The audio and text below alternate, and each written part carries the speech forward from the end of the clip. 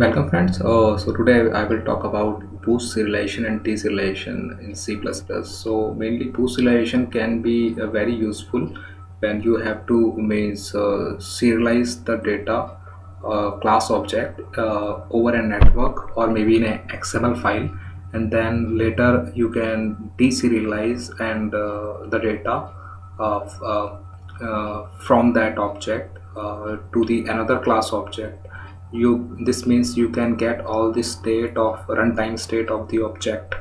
So here if you can see that I have create an employee data object.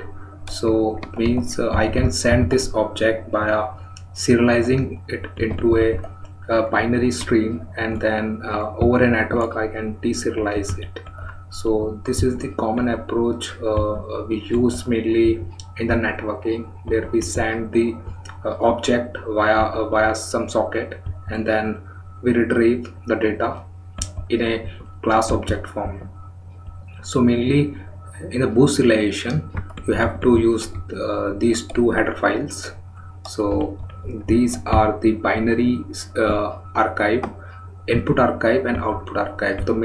So mainly there is a for example, I have created a class with the name employee data, and we have three members here: name, age and company name. So we have a serialize method. So this way I can serialize the data of means mainly the three class member: name, age and company into an archive. Okay, then I can serialize it using the save method here, and I am just serializing the object in a string stream, output string stream, and then I am deserializing it in string stream, input string stream. So I'll show you from the main method. So here what you did, you create a class object emp, and it has three attributes: name Chandan, age 34, Microsoft. My purpose is that I want to retrieve that class object in another class object, employee data new amp. So this new amp wants to deserialize or get all the state of the amp as it is. So what I do, so for that I have created a two member function save. Save is mainly is that the output string stream OSS has been passed to that method. In the OSS we will save the object straight via output O binary archive. So let's see what is this save function is doing. So here is the save function. So mainly this save function where we are passing this OSS by reference, it does not contain anything yet. So we have uses the binary output archive of boost library. So we are passing OSS here. Until this point we have no data.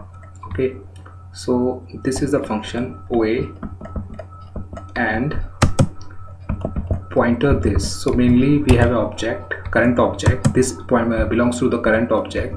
So the current object is employee data emp, so which has called this function. So this belongs to the current function, current object. So so the state of the object has been saved in the binary O archive OA. So now let's see what we have done next.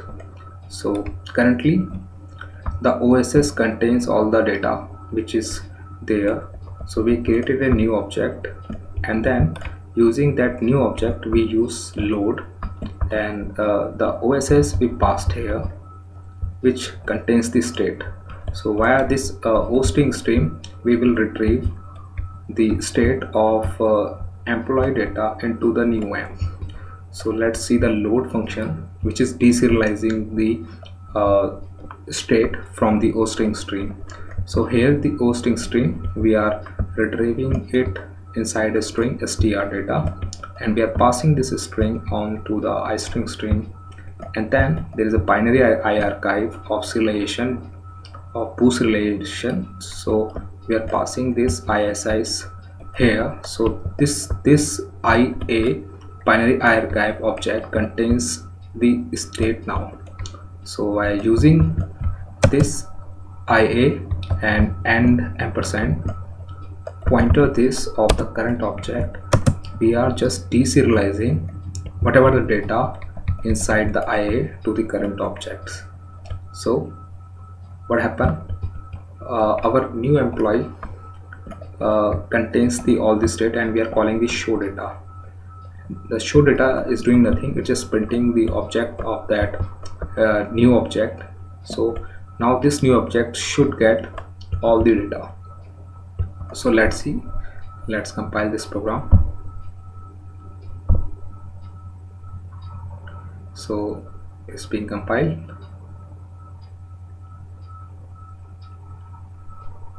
So you can see that the new object contains the same attribute which contains by the original object. So this is the way serialization and deserialization works. I know it's a very basic example, but I will explain you further in detail. So there is one more thing I want to notice you, because there is a push class version here, employee data 1. So mainly by default the push class version is 0. So we have used push class of our employee data. We have passed the push class version to our class employee data, and we have marked the version is 1.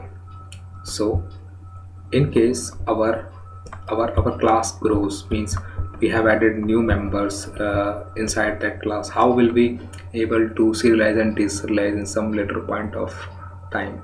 So this way we have made sure the version is 1, which means we have done some changes. Means in the version 2, for example, we have only 2 members, name and age, and we have done those serialization deserialization methods. But in after some point of time, for example in the version 1, we have added one attribute company. So how will we identify that we have to serialize and deserialize the object, so for that company? So we have a function serialize name. This is the function which we are overriding from the push relation library. So that's why we are making the access as a friend, this class as a friend. So now we can access this member function. So now this the version, we are making sure that the version is greater than 0. If the version is greater than 0, then we will serialize the company attribute as well in the object. Okay, so it's very important, the versioning. So that's it. Maybe I will show you more example of the push relation in my next tutorial. Till then, thanks, bye.